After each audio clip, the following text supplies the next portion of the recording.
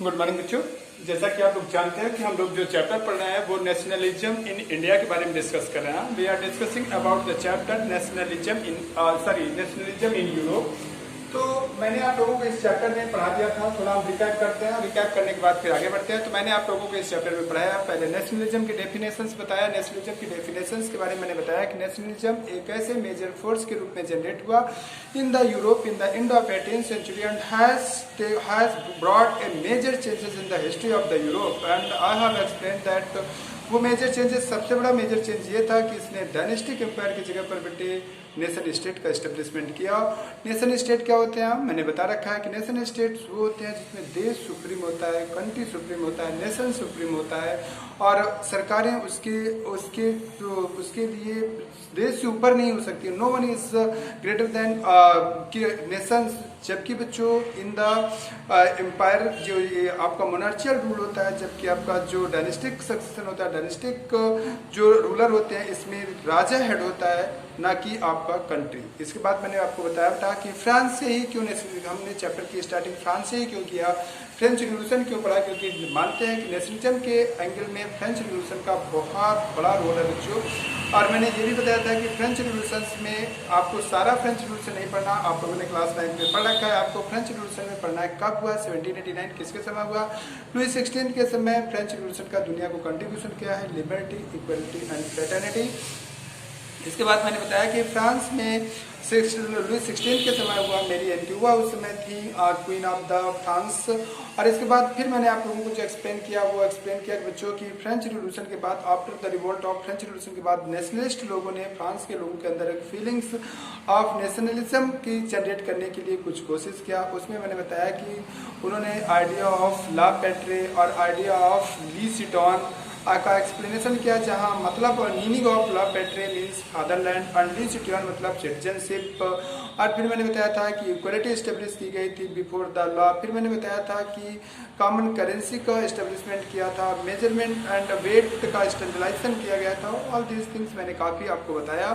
और the privileges, the special right है the birth privileges rights according to the birth, उनको eliminate कर दिया गया और every one become the subject of the France. State general का नाम बदल करके बच्चों नेशनल असेंबली कर दिया गया, जो कि अब राजा के लिए एक राजा की सोसाइटी नहीं बल्कि एक कंट्री की सभा बन गई, कंट्री के लिए काम करने लगी। रॉयल फ्लैग को रिप्लेस कर दिया गया, नेशनल फ्लैग का डिज़ाइन, नेशनल फ्लैग डिज़ाइन किया गया वगैरह मैंने आप लोगों को बताया। फिर मैंने बताया कि बेटे फ्रेंच रिवॉल्यूशन के बाद 1791 में 1789 में फ्रेंच रिवॉल्यूशन होता है। 1791 में फ्रांस बच्चों 1791 में फ्रांस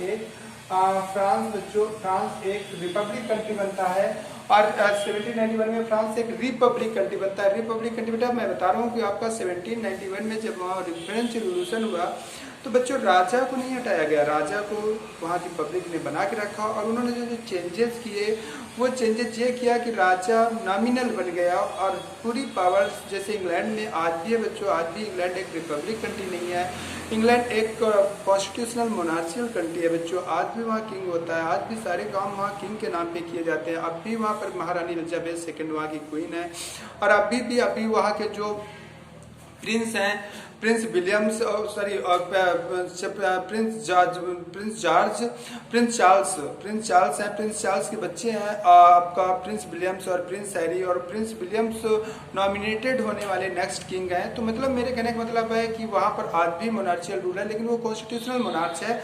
ऐसा ही जहाँ पर राजा केवल नाम के पावर के लिए होता है, रियल पावर जो होती है बेटा वो किंग मतलब इलेक्टेड रिप्रेजेंटेटिव या इलेक्टेड बॉडी के पास में होती है। तो ऐसे रूल को बेटा, ऐसे सिस्टम को हम लोग कॉन्स्टिट्यूशनल मोनार्च कहते हैं। तो इंग्लैंड बेटे एक कॉन्स्टिट्यूशनल मोनार्च है, ऐसे ही फ्रांस को एक कॉन्स्टिट्यूशनल मोनार्च बनाया गया और ये सोचा गया कि राजा को बना के रखा जाएगा, किंग विल सस्टेन, राजा हमेशा रहेंगे। लेकिन जब बेटे राजा ने अपने पत्नी या वाइफ मेरी एंटीगुआ के कहने पर ऑस्ट्रिया से सपोर्ट लेना शुरू कर दिया।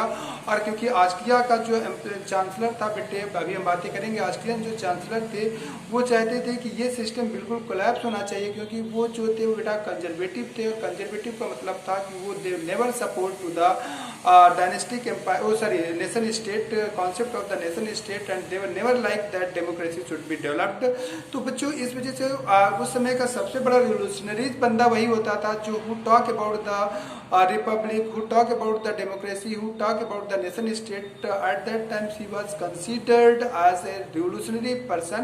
तो मेरे कहने का मतलब बता बेटा, जब वहाँ से किंग ने सपोर्ट लेना स्टार्ट किया और सोचा कि यहाँ सपोर्ट से हम फ्रेंच रिवोल्यूशन के रिवोल्यूशनरीज के आइडियाज़ को या रिवोल्यूशनरीज के वर्क को हम डीएक्टिवेट कर देंगे और फिर से कॉन्स्टिट्यूशनल मोनार्ची की जगह पर एब्सोल्यूट मोनार्ची इंप्लीमेंट करेंगे। तो इस बात को लेकर के पब्लिक ने बेटे उनके ऊपर देशद्रोह का केस किया और बाद में उन्हें भी गुलिटिन नाम की उसी मशीन से काटा गया, जिसमें ढेर सारे बाद में या फ्रेंच रिवोल्यूशन के समय ढेर सारे लोगों को गुलिटिन नाम की मशीन से काटा गया था। ये एक ऐसी मशीन होती है जो पार्ट ऑफ सेकेंड टाइम में बॉडी को सर से अलग कर सकती है और इतने कम टाइम पे हमारा बॉडी पेन को एहसास भी नहीं कर सकता। तो बच्चों हम बातें कर रहे थे, तो इस तरीके से फ्रेंच रिवोल्यूशन का ये कॉन्सेप्ट आया। फ्रेंच रिवोल्यूशन के ये कॉन्सेप्ट पढ़ने के बाद फिर हम लोगों ने जो पढ़ा बच्चों वो पढ़ा, मैंने बताया कि 1799 में डेमोक्रेसी फिर से वहाँ पर डिस्ट्रॉय की गई और फिर से डेमोक्रेसी डिस्ट्रॉय करने के बाद आप लोगों का जो रूल आया, आप लोगों को डेमोक्रेसी जब डिस्ट्रॉय हो गई, again time democracy was interrupted bye Napoleon in 1799 and he has again introduced the dictatorship in the France. तो बच्चों अब क्वेश्चन ये उठता है कि जब डिक्टेटरशिप फ्रांस में फिर आई, फिर बाद में नेपोलियन के डेथ के बाद फिर वहाँ पर बर्बन डायनेस्टी को एस्टेब्लिश किया गया और इस तरीके से फ्रांस अपने बहुत ट्रांजिशन पीरियड से निकला आज के डेमोक्रेटिक एंड नेशनलिस्ट कंट्री के बनने में। तो बच्चों अब हम लोग बातें करेंगे कि जो सब नेपोलियन आया तो नेपोलियन ने Napoleonic code, civil code of 1804 को इंट्रोड्यूस किया। ये मैं पढ़ा चुका हूँ कि नेपोलियनिक कोड क्या था। मैंने बताया था कि नेपोलियन जब पावर में आया तो उसने एक बहुत बड़ा एम्पायर का फॉर्मेशन किया। उसने इटली को जीता, उसने स्विट्जरलैंड को जीता, इटली को जीता, स्विट्जरलैंड को जीता, तो स्विट्जरलैंड को जीता। इसके बाद उसने जर्मनी के कुछ पोर्शन को जीता, जर्मनी के कुछ स्टेटों को जीता, जर्मनी के स्टेट को जीता और इसके बाद उसने हॉलैंड को जीता, तो हॉलैंड को जीता। तो इसने फ्रांस में एक यूरोप में नेपोलियन एक बड़े एम्पायर का फॉर्मेशन किया, बहुत बड़े एम्पायर का फॉर्मेशन किया। He wanted to convert the France into the mighty power of the Europe. ठीक है, वो पूरे यूरोप को फ्रांस में सम्मिलित कर लेना चाहता था। That's why he has fought a lot of war. और उस वार के बाद बच्चों जब उसने एक बहुत बड़े एम्पायर का फॉर्मेशन किया तो अपने एम्पायर में effective administrative systems and peace establish करने के लिए बच्चों उसने कलेक्शन ऑफ सम लॉज को इंट्रोड्यूस किया इन 1804 में, जिसे नेपोलियनिक कोड कहा जाता है जो या सिविल कोड ऑफ 1804 के नाम से जाना जाता है। सिविल कोड ऑफ 1804 के नाम से भी जाना जाता है।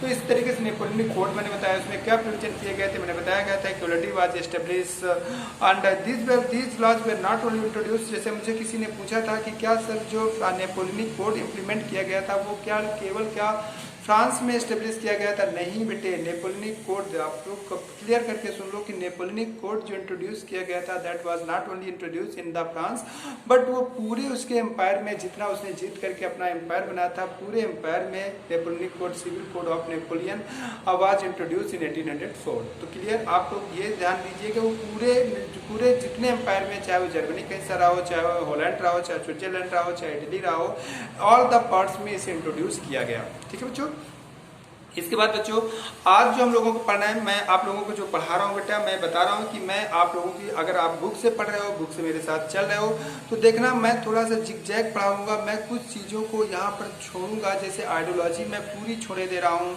जोल्बेरियन का फॉर्मेशन ऑफ जोल्बेरियन ये मैं पूरा छोड़े दे रहा हूँ, क्योंकि मैं इनको बेटे अपने हिसाब से शिफ्ट करता रहूँगा और आपको मैं अवेयर करता रहूँगा कि ये देखो मैंने इतनी चीज़ें छोड़ी हैं और मैंने आप लोगों को छोड़ा कि बेटे फ्रांस एक नेशन, जो हैम्सबर्ग एम्पायर था वो क्या एक नेशन स्टेट था या पैचवर्क एम्पायर था, वो मैंने छोड़ा। फिर मैंने आप लोगों को बीच में छोड़ा कि जो आपकी जो लिबर्टीज आती, लिबरलिज्म आता है, लिबरलिज्म के तीनों फॉर्मेट, चाहे इकोनॉमिकल लिबरलिज्म हो, चाहे सोशल लिबरलिज्म हो, चाहे वो पॉलिटिकल लिबरलिज्म हो, ये पूरा पोर्शन मैं छोड़ दे रहा हूँ। फिर इसके बाद फॉर्मेशन ऑफ जोल्बेरियन, इसके बाद कंजर्वेटिव एक तरीके से स्पिरिट ऑफ कंजर्वेटिव मैं छोड़े दे रहा हूँ बच्चों। तो ये चीज़ें मैं आप लोगों को समझाऊंगा, मैं अलग से आइडियोलॉजी पढ़ाऊंगा, क्योंकि बेटा आइडियोलॉजी पढ़ना अलग से जरूरी है, आप एक साथ में नहीं पढ़ सकते हो। अगर पढ़ोगे तो थोड़ा आपको समझने में दिक्कत होगी। तो अब हम लोग बेटे पहुंचेंगे जाकर के वियना और ट्रीटी ऑफ वियना या वियना कांग्रेस के बारे में पढ़ेंगे बच्चों, क्योंकि हम नेपोलियन से जुड़ी हुई लगातार सारी चीज़ें पढ़ लेना चाहते हैं और फिर इसके बाद नेशन स्टेट पढ़ लेना चाहते हैं। इसके बाद फिर हम छूटी हुई चीज़ों को हम रिकैप करेंगे और एक एक चीज़ पढ़ाएंगे। आप डोंट केयर, आप किताब से भी पढ़ो, लेकिन वो चीज़ें देखो कि मैं पढ़ा क्या रहा हूँ, चीज़ अपने बुक में ढूंढो और उसके बाद उसको कंप्लीट करने की कोशिश करो। तो आज हम बच्चों पढ़ेंगे वियना कांग्रेस। आज जो हम लोगों का मेन टॉपिक है पढ़ने का वो है वियना कांग्रेस। तो वियना कांग्रेस क्या थी ये हम लोग जानने की कोशिश करते हैं कि वियना कांग्रेस क्या था। तो वियना कांग्रेस के बारे में आज बच्चों हम लोग पढ़ेंगे। वियना कांग्रेस बच्चों, मैंने आप लोगों को बताया था कि नेपोलियन एक बहुत बड़े डिक्टेटरशिप के रूप में फ्रांस में जनरेट हुआ। हाँ, कभी पूछा नहीं जाता क्योंकि आपका कोरिलेशन कंपैरिजन आपके सिलेबस में नहीं है, लेकिन इतना बहादुर किंग था, डिक्टेटर था कि कभी कभी पूछा जाता है कि इंडिया का नेपोलियन किसे कहा जाता है। तो इंडिया का नेपोलियन बेटो समुद्रगुप्त को कहा जाता है। Samudragupta is consider as a Napoleon of the India. याद रखना, समुद्रगुप्त को इंडिया का नेपोलियन कहा जाता है, इंडियन नेपोलियन कहा जाता है। Samudragupta is consider as a Napoleon of the India. याद रखना, कोई वैसे भूलने की बात नहीं है। समुद्रगुप्त जो कि गुप्ताज डायनेस्टी का कौन से नंबर का राजा था? सेकेंड नंबर, हाँ सेकेंड नंबर का राजा था। चंद्रगुप्त के बाद जो राजा हुआ बेटा समुद्रगुप्त हुआ। समुद्रगुप्त के बाद जो राजा हुआ वो चंद्रगुप्त विक्रमादित्य हुआ। कुछ समय के लिए रामगुप्त को माना जाता है, कुछ समय के लिए रामगुप्त हुए। रामगुप्त के बाद चंद्रगुप्त विक्रमादित्य, चंद्रगुप्त सेकंड हुए और उसके बाद फिर बेटा कुमारगुप्त हुए। उसके बाद स्कंदगुप्त हुए। स्कंदगुप्त के समय इंडिया में पूर्ण नामक एक बर्बर कम्युनिटी का अटैक हुआ। छोड़ो वो चीज़ें हम नहीं समझते हैं।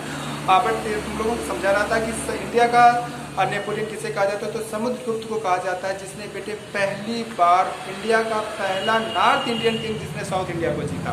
ठीक है, वो समुद्रगुप्त था। समुद्रगुप्त के बारे में ठीक है, तो समुद्रगुप्त था जिसने नॉर्थ इंडिया का किंग ने साउथ इंडिया को जाकर के जीता। कैसे जीता ये सब चीज़ें जब आप इंडियन हिस्ट्री पढ़ोगे तब आप लोगों को समझाया जाएगा। बट यहाँ जो मैं आप लोगों को एक्सप्लेन कर रहा हूँ वो आज मैं वियना ट्रीटी, जो कि नेपोलियन ने एक बहुत बड़े एम्पायर का फॉर्मेशन किया। बाद में बच्चों नेपोलियन को हाँ, तो अब वियना ट्रीटी क्या थी या कांग्रेस ऑफ वियना क्या थी? वियना ट्रीटी भी इसे कहा जाता है, वियना ट्रीटी भी इसे कहा जाता है बच्चों, वियना ट्रीटी। ठीक है, वियना ट्रीटी मतलब कुछ कॉन्सेप्ट साइन किए गए थे जिसे वियना ट्रीटी के नाम से हम लोग जानते हैं। तो बच्चों कॉन्सेप्ट क्या थे, हम वो कॉन्सेप्ट समझने की कोशिश करते हैं कि वियना ट्रीटी के कॉन्सेप्ट क्या थे, वियना ट्रीटी क्या थी। तो बच्चों जब नेपोलियन अपने सक्सेस के चरम लिमिट में था तो बच्चों नेपोलियन को कई लोगों ने, कई कंट्रीज ने मिल करके बेटे वाटरलू के वार में 1815 में बच्चों 1815 में वार ऑफ वाटरलू बच्चों कौन से वाटरलू के वार में, वार ऑफ वाटरलू के वार में बच्चों नेपोलियन को डिफीट कर दिया गया। In the war of Waterloo के वार में बच्चों नेपोलियन को डिफीट किया गया। कौन से वार में? Be very much careful that in the war of Waterloo के बेटे वार में नेपोलियन वाज डिफीटेड। डिफीट करने वाले बेटे कौन कौन से कंट्री थे वो हम लोग पढ़ लेते हैं।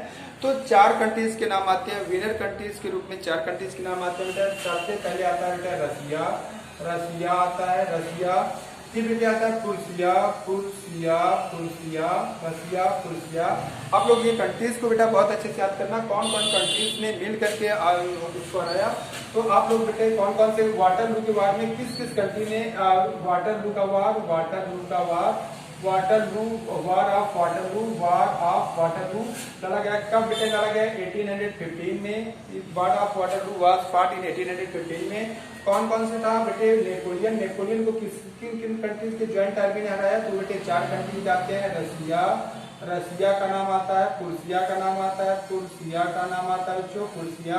और इसके बाद इंग्लैंड का नाम आता है, और इसके बाद बेटा ऑस्ट्रिया आता है। क्या आता है? ऑस्ट्रिया आता है, ऑस्ट्रिया। तो इन सारे कंट्रीज ने मिल करके कौन कौन से? रसिया, पुरुसिया, इंग्लैंड और ऑस्ट्रिया। रसिया, पुरुसिया, इंग्लैंड और ऑस्ट्रिया ने मिल करके बच्चों क्या कहते हैं ये इनकी कंबाइंड आर्मी ने, जॉइंट आर्मी या इनकी कंबाइंड आर्मी ने बेटे 1815 के वाटरलू के वार में बच्चों नेपोलियन को डिफीट कर देते हैं। ठीक है, तो नेपोलियन एकमात्र वार हारा, that is the war of Waterloo, जो उसके जिंदगी का आखिरी वार भी था और एकमात्र वार हारा। लेकिन बच्चों मैं आपको बता दूं कि इंडिया का जो समुद्रगुप्त है, जिसे नेपोलियन ऑफ इंडिया कहते हैं, समुद्रगुप्त को नेपोलियन ऑफ इंडिया कहा जाता है, समुद्रगुप्त एक भी वार नहीं हारा था बच्चों। लेकिन ये है कि जिसे नेपोलियन ने एक मल्टी कंट्रीज को, एक बहुत बड़े एरिया को कैप्चर किया था। कैप्चर एरिया भी बेटे किसी एंगल में समुद्रगुप्त का कम नहीं था, लेकिन समुद्रगुप्त सिर्फ इंडिया के अंदर ही, आज के इंडिया के अंदर ही उसने अपनी विजय पताका फहराई थी। अपने इंडिया के अंदर ही साउथ इंडिया में जाकर के उसने जीतने की कोशिश किया था। वो फॉरेनर कंट्रीज को नहीं जीता, इस वजह से उसका दायरा लिमिटेड है कंट्री के रूप में, लेकिन उसका एरिया जो एम्पायर था वो बेटा किसी भी एंगल से नेपोलियन के एम्पायर से कम नहीं था। क्योंकि अगर हम बात करें पूरे यूरोप की, तो बेटा पूरे यूरोप में अगर रसिया को हटा दिया जाए तो पूरे यूरोप का एरिया इंडिया के बराबर लगभग पहुंचता है। तो इस वजह से किसी भी एंगल में नेपोलियन का एम्पायर छोटा नहीं था, बट लेकिन ये नेपोलियन एक ही कंट्री के, आज की कंट्रीज में अगर हम कॉन्टेक्स्ट में देखते हैं तो नेपोलियन ने एक ही कंट्रीज को बेटा जीता, और वो इंडिया उसे समुद्रगुप्त ने जीता। तो वो एक नेशनल बन जाता है, इंटरनेशनल ब्रांड बन जाते हैं, और अपने समुद्रगुप्त इंडिया के केवल लोकल किंग हो जाते हैं, इंडिया के किंग हो जाते हैं वगैरह। तो ठीक है, इस वजह से नेपोलियन की कंपैरिजन हम समुद्रगुप्त की कंपैरिजन, नेपोलियन की कंपैरिजन समुद्रगुप्त से नहीं करते, क्योंकि वो कई देशों का मिक्स हिस्ट्री का पार्ट बने, वर्ल्ड हिस्ट्री का पार्ट बने। वर्ल्ड हिस्ट्री का पार्ट तो समुद्रगुप्त भी बने, लेकिन समुद्रगुप्त इंडिया के कॉन्टेक्स्ट में ही लिमिटेड रहे, एरिया पे लिमिटेड है। तो बच्चों अब हम बातें कर रहे थे कि इन लोगों ने रसिया, इंग्लैंड और ऑस्ट्रिया ने मिल करके बेटे क्या कहते हैं 1815 के वाटरलू के वार में बच्चों लोगों ने नेपोलियन को डिफीट कर दिया। ये नेपोलियन के लाइफ का आखिरी युद्ध था। इसके बाद उन्हें जेल में डाल दिया गया, जहां पर 1521 में डिप्रेशन से कहा जाता है कि नेपोलियन की डेथ हो गई। शेर को अगर पिंजड़े में डालोगे बेटे आप, तो कैसे वो सरवाइव करेगा? ठीक है, वो तो मतलब खुले में रहने का आदि और रूल करने का आदि, तो कैसे हर पॉसिबल। तो कहा जाता है कि नेपोलियन डिप्रेशन से खत्म हो गए। और 1521 में 1521 मैंने बोला 1821 में इनकी डेथ हो गई। तो बच्चों अब मैं बातें कर रहा था, आई वॉज डिस्कसिंग अबाउट कि जो इन लोगों ने जब डिफीट किया बच्चों, तो क्योंकि उसने तो पूरे फ्रांस, पूरे यूरोप का नक्शा ही बिगाड़ दिया था बच्चों। नेपोलियन ने तो बहुत ढेर सारे कंट्रीज को, बहुत ढेर सारे एरिया को अपने कंट्रोल में कर लिया था। तो कौन सी बाउंड्री कहाँ की थी, सब कुछ उसने मिटा दिया। तो उसी चीज की डिसाइड के लिए कि कौन सा हिस्सा किसका होगा, इससे बिलोंगिंग एक मीटिंग मतलब ऑर्गेनाइज की गई। और वो मीटिंग ऑर्गेनाइज की गई किसके थ्रू बेटा? विनर कंट्रीज के थ्रू। विनर कंट्रीज कौन कौन थे? रसिया था, प्रुसिया था, इंग्लैंड था, ऑस्ट्रिया था। By the winner countries a meeting was organised in बेटे capital city of Habsburg empire. कौन से बेटा? Habsburg empire, Habsburg empire. ये बेटे capital city of Habsburg empire, capital city of Habsburg empire के कैपिटल सिटी में एक मीटिंग ऑर्गेनाइज की गई। हैब्सबर्ग एम्पायर के कैपिटल सिटी, जो कि हैब्सबर्ग एम्पायर की कैपिटल सिटी वियना है। कौन सी बेटा? वियना में बेटे, वियना में एक मीटिंग ऑर्गेनाइज की गई। Vienna capital city of the Habsburg empire में एक मीटिंग ऑर्गेनाइज की गई। और वो मीटिंग और किसके थ्रू ऑर्गेनाइज की गई? विनर कंट्रीज के थ्रू। विनर कंट्रीज कौन कौन से थे? ऑस्ट्रिया था, रसिया था, प्रुसिया था और इंग्लैंड था। इन कंट्रीज के विनर कंट्रीज ने एक मीटिंग ऑर्गेनाइज किया। और उस मीटिंग का पर्पज क्या था? The empire which has been captured by the Napoleon should be distributed या शुड बी मतलब डिसाइडेड द मॉडल। इसी वजह से कहा जाता है कि यूरोप की कंट्रीज का मोस्ट ऑफ केसेस का जो मैप की बाउंड्रीज हैं वो 1815 में डिसाइड की गई थी, क्योंकि 1815 में वो वेरी इंपॉर्टेंट मीटिंग हुई थी। और वो मीटिंग हुई थी वियना में। वियना जो कि हैब्सबर्ग एम्पायर की कैपिटल सिटी थी। हैब्सबर्ग एम्पायर यूरोप के एक बहुत बड़े एम्पायर में था। जो ऑस्ट्रिया का एम्पायर था, तो वहाँ उसकी बेटा जो उस मीटिंग का जो लीडरशिप हुआ था, उस मीटिंग का जो मतलब उस मीटिंग को जो होस्ट किया था, उस मीटिंग को होस्ट करने वाला बंदा था ड्यूक मैटरनिस। याद रखना बच्चों, duke Metternich was the hoster of the Habsburg empire, Vienna treaty. तो बेटा ड्यूक मैटरनिस और ड्यूक मेटरनिच कौन था? Chancellor of Austria. अब चांसलर कौन होता है? जिसे जब प्रोग्रामेटिक दिखते बेटा चांसलर, आज भी आप लोग पढ़ते हो कि जर्मनी में चांसलर होता है, आज भी बेटा इंग्लैंड में, आप जर्मनी में बेटे प्राइम मिनिस्टर मतलब प्रेसिडेंट नहीं होता, प्रेसिडेंट प्राइम मिनिस्टर नहीं होता, प्राइम मिनिस्टर की जगह पर बेटे आज भी वहाँ चांसलर होता है। और इसमें Angela Merkel at present chancellor of the Germany, जो कि सबसे पावरफुल लेडी का अवार्ड भी जीत चुकी हैं, दुनिया की सबसे बड़ी पावरफुल लेडी का अवार्ड भी उनको दिया गया है। तो मेरे कहने का मतलब है बच्चों कि हैब्सबर्ग एम्पायर का जो चांसलर था वो ड्यूक मेटरनिच था। ड्यूक मेटरनिच ने ही कांग्रेस ऑफ वियना या वीना ट्रीटी की जो मीटिंग हुई थी, जो कि वियना शहर में हुई थी, जो कि हैब्सबर्ग एम्पायर का कैपिटल सिटी थी, जिसमें विनर कंट्रीज ने ऑर्गेनाइज किया था। विनर कंट्रीज कौन कौन से थे? रसिया, प्रूसिया, ऑस्ट्रिया और इंग्लैंड थे। उन लोगों की लीडरशिप में ये मीटिंग ऑर्गेनाइज की गई थी और इनका मीटिंग का पर्पज था the capture the area of the Europe which has been captured by the Napoleon should be distributed and modern boundary of the, कहा जाता है कि उस एरिया की modern boundary of Europe has been decided in the 1815 in the by the Vienna treaty. तो purpose क्या था आप लोगों को समझ में आया? होस्ट किसने किया? पार्टिसिपेंट कौन थे? जो विनर कंट्रीज थे। विनर कंट्रीज किस वार के? वाटरलू के वार के। वाटरलू का वार किस समय हुआ? 1815 में हुआ। किसने डिफीट किया? ज्वाइंट आर्मी ने डिफीट किया। किन किन देशों की ज्वाइंट आर्मी ने डिफीट किया बच्चों? Austria, Russia, Prussia and England की।